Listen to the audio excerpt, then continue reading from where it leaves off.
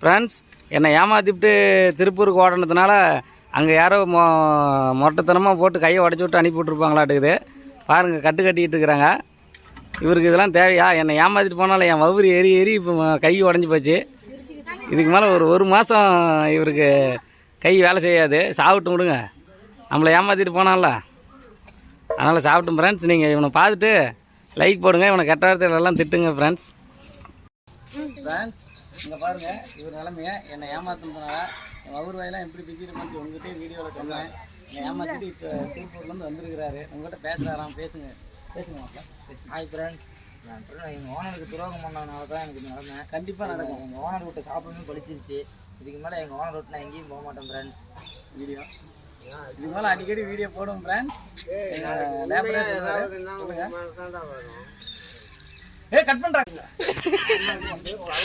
Like பண்ணுங்க.